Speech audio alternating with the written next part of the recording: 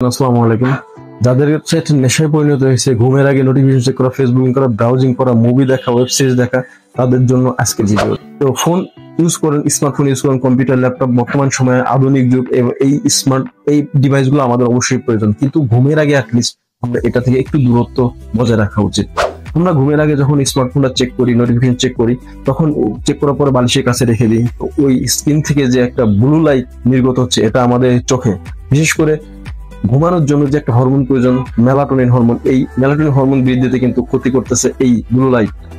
যার কারণে হচ্ছে আপনার রাতে কিন্তু আপনি যখন স্মার্টফোনটা দেখার পরে বালিশের কাছে রেখে দেন, তখন কিন্তু ঘুম আসছে না। তখন আপনার চোখের সামনে শুধু স্ক্রিনে যা দেখছেন এটাই ভেসে আসতেছে, ঘুমের ব্যাঘাত ঘটতেছে। ঘুমের কিন্তু একটা আদর্শিক সময় আছে, রাত 9টা থেকে শেষ রাত 3টা, কিন্তু বর্তমান জেনারেশনের পোলাপান ঘুমাতেই যায় রাত 3টার পরে, মুভি দেখে, ওয়েব সিরিজ দেখে, ফুটবল খেলা দেখে, ফুটবল খেলে, ফ্রি ফায়ার, এইসব বিভিন্ন বিষয়ে আসক্ত হয়ে যাচ্ছে। তো এই বিষয়গুলোতে আমাদের মনে হয় স্মার্টফোন ইউজ করেন, সমস্যা নেই, কম্পিউটার, ল্যাপটপ, এটা সবই আমাদের প্রয়োজন, কিন্তু ঘুমের যে একটা আদর্শিক সময়, এই আদর্শিক সময়টা অবশ্যই মেনটেন করা উচিত।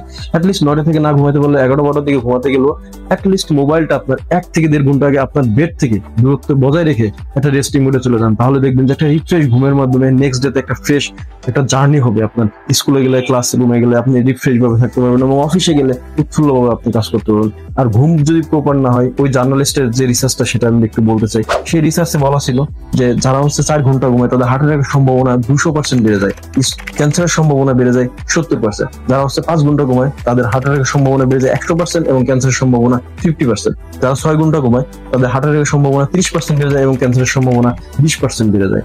যারা হচ্ছে 7 ঘন্টা ঘুমায়, তাদের হার্ট অ্যাটাক এবং ক্যান্সারের সম্ভাবনা কমে যায়। অর্থাৎ একটা সুস্থ স্বাভাবিক মানুষের মিনিমাম রাত্রে 7 থেকে 8 ঘন্টা ঘুমানো অবশ্যই উচিত। তো আমরা বর্তমান জেনারেশনের পোলাপান ঘুমটাকে এতটা অবহেলা করি, কিন্তু এটা কিন্তু ঠিক না। ইন ফিউচার এটার জন্য আপনাকে অবশ্যই প্রস্তুত হতে হবে, এখন থেকে সচেতন হতে হবে। ফোন, কম্পিউটার, ল্যাপটপ এটা আমাদের অবশ্যই প্রয়োজন, কিন্তু এটা ডিপেন্ড করে ইউজারের উপর। এটা যতটা আমাদের ক্ষতি করতেছে, উপকার কিন্তু তার থেকেও বেশি করতেছে, কিন্তু ডিপেন্ড, ওই যে বললাম, ইউজারের উপর। এখন ইউজ আপনি কিভাবে করবেন সেটার উপর ডিপেন্ড করে। রাতে ইউজ করার বিষয়টা একটু সীমাবদ্ধতা লঙ্ঘন করুন, এখন থেকে সতর্ক হন, নাহলে ইন ফিউচার এটার জন্য আপনার কিন্তু সাফার করতে হবে।